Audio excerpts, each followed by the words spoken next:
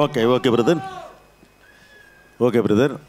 జై బాలయ్య, జై బాబు. Okay okay, అందరికీ నమస్కారం.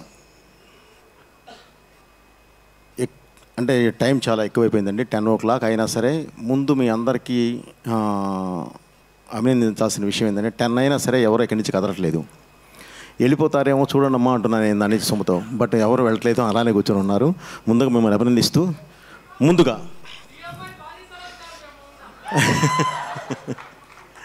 నైస్.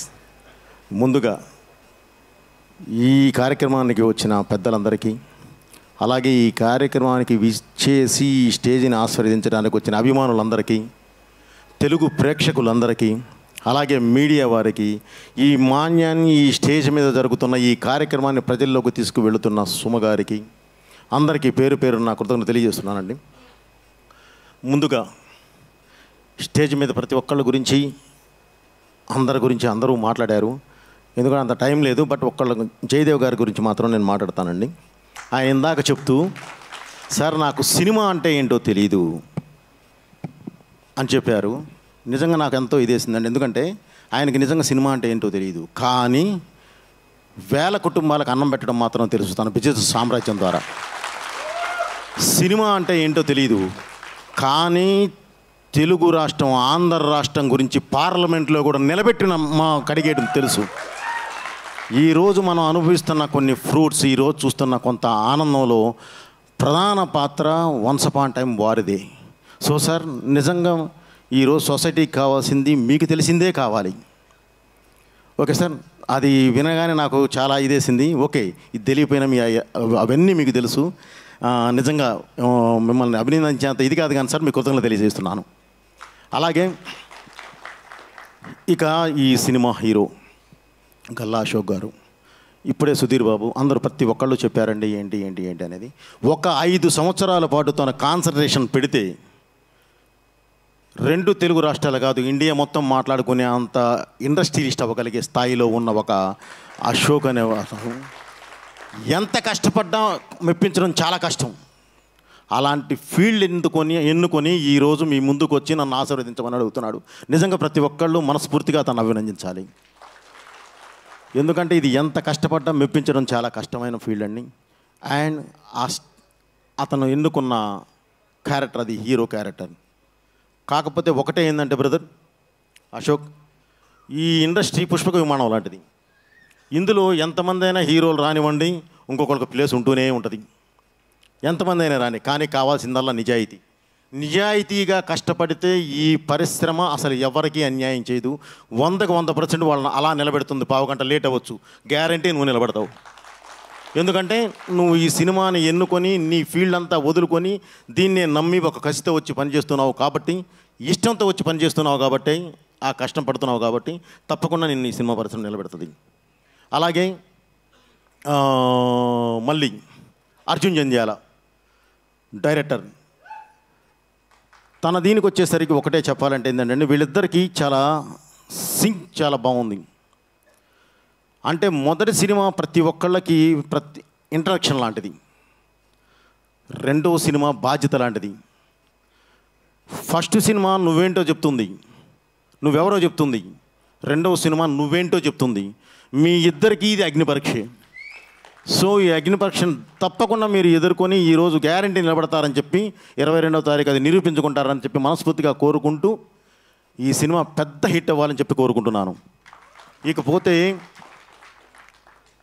బ్రదర్ ఇందాక ఇక ప్రొడ్యూసర్ గారు బాలకృష్ణ గారు, మీరే కదండి, మీరు అలాగే దర్శకుడు ఇద్దరూ మాట్లాడుతూ సినిమా మీద కాన్ఫిడెన్స్ ఉన్నమాట వాస్తవం. అది 100కి 100% ఉండాలి. మన బిడ్డల మీద మనకు లేకుండా ఎవరికి ఉంటుంది, తప్పకుండా ఉండాలి. అలాగే ఆయన కొంచెం మాట్లాడుతూ ఎమోషనల్ అయ్యారు. అలాగే మళ్ళీ కూడా మాట్లాడుతూ అర్జున్ జంధ్యాల కూడా మాట్లాడుతూ డైరెక్టర్ కూడా చిన్న ఎమోషనల్ అయ్యారు.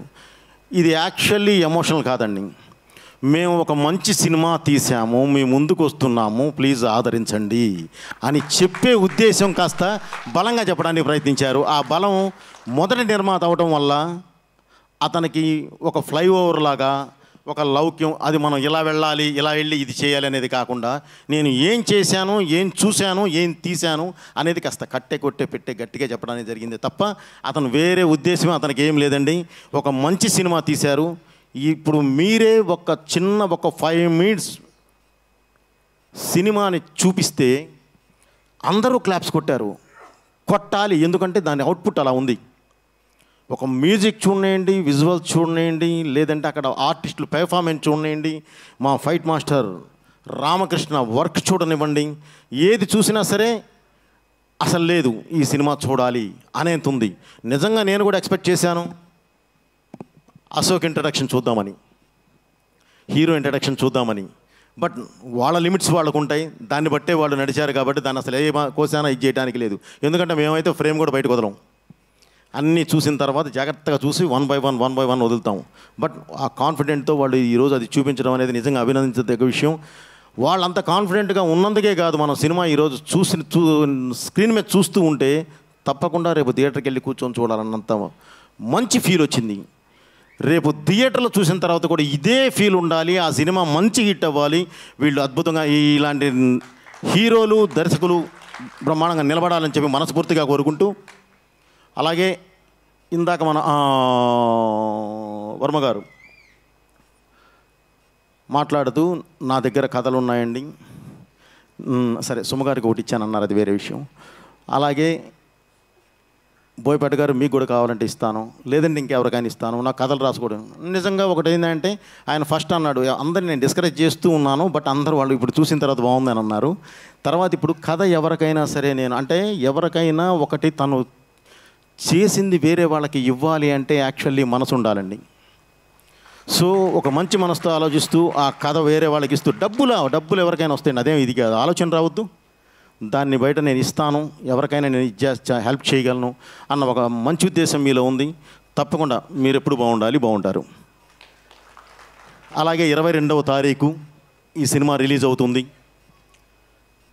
దేవకీనందన వాసుదేవ ఈ సినిమాని ప్రతి ఒక్కళ్ళు ఇక్కడ చిన్న సినిమా పెద్ద సినిమా అని లేదండి, మంచి సినిమానా కాదా అనేదే మెయిన్.